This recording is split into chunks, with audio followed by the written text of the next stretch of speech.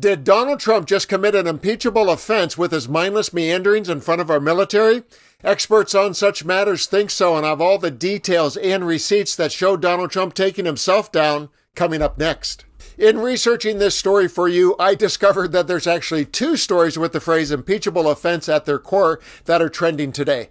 Let's first look at the New York mayor's race, where the unfiltered and unhinged Trump has set himself up for the ultimate charge of misconduct, and then what he did as commander-in-chief of calamity and chaos.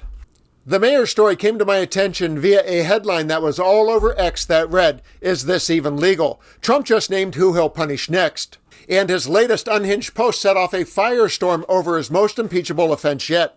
The Atlantic Black Star article by A.L. Lee went on to say, President Donald Trump's latest online rant is sparking fresh outrage and accusations of openly committing another impeachable offense.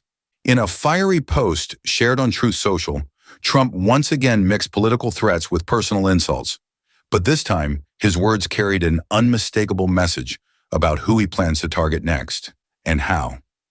Early Friday morning, Trump boasted he would block federal funds for New York City if Democratic mayoral nominee Zohran Mamdani wins office in November. Self-proclaimed New York City communist Zohran Mamdani, who is running for mayor, will prove to be one of the best things to ever happen to our great Republican Party, Trump wrote on September 29. Adding, he is going to have problems with Washington like no mayor in the history of our once great city. Remember, he needs the money from me as president in order to fulfill all of his fake communist promises. He won't be getting any of it. So what's the point of voting for him? This ideology has failed always for thousands of years. It will fail again, and that's guaranteed. President DJT. The article then cited many examples of the public's uproar over Trump's impeachable actions, but also went on to say one user was a bit more cynical. I'm afraid that Americans need to realize there is nothing that is an impeachable offense unless you have majorities in both houses. That is the failing of your Constitution. It helps and provides safety for the powerful, rich, and corrupt.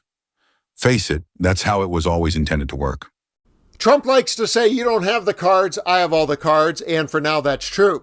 But what if Democrats take back the House in 2026? One estimate I've seen said he has already accumulated 24 impeachable offenses, and this our featured story might just be the most egregious one of all. It came to my attention in a Raw Story article entitled, Impeachable, Experts Sound Alarm After Trump's Nat Speech. But we have to take care of this little gnat that's on our shoulder called the Democrats. They want to give all of our money to illegal aliens that pour into the country. And, you know, I have a bigger heart than they do. But the problem is when you do that, they come in by the millions. Everybody wants that, so you can't do it. Political and national security analyst and well-known veterans advocate Paul Rieckhoff called the president's Nat remark wrong, outrageous, shameful, and disgusting. These are lines that should never been crossed, he warned, and have never been crossed. But he keeps crossing them. Never let them normalize how wrong it is to attack political opponents when speaking to a military audience. Rieckhoff added, this is impeachable behavior. But not a single member of Congress has the courage to make the case, and it's getting worse fast.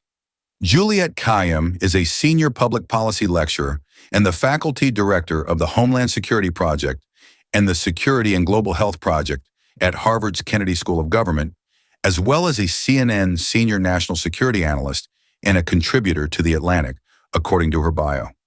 She wrote, "Take care of is not subtle. This weekend, the ground has shifted, and no person can deny what the president, unpopular and unfit, intends. To remain silent is to welcome this. They can both sides or claim they didn't hear, but there is no wiggle room about his plans now." Stanford professor of international studies and political science, Michael McFaul, a former U.S. ambassador to Russia, remarked, in front of this audience, this statement is wrong and scary. He is supposed to be the president of the United States of all Americans, not just his party. Polarization is destroying our country at home and making us weaker abroad. Those are just the highlights. For the full story, please visit the Raw Story website. Experts are saying this Nat speech may be the clearest example yet of an impeachable offense because he wasn't just rambling. He was weaponizing the military against his political opponents, a direct violation of the sacred wall between civilian leadership and the military, a wall that exists to protect democracy from exactly this kind of abuse. When Trump stands before men and women in uniform and tells them who their enemies are at home, and they just happen to be his political opponents, he's not leading, he's inciting. He's turning the military into his own personal political strike force, and that's something that every dictator throughout history has done on their way to consolidating power. It's a line that no U.S. president has ever crossed until now. I'm Dan, thanks for watching, and now I want to know what you think. Please comment below, and let's continue to occupy democracy together.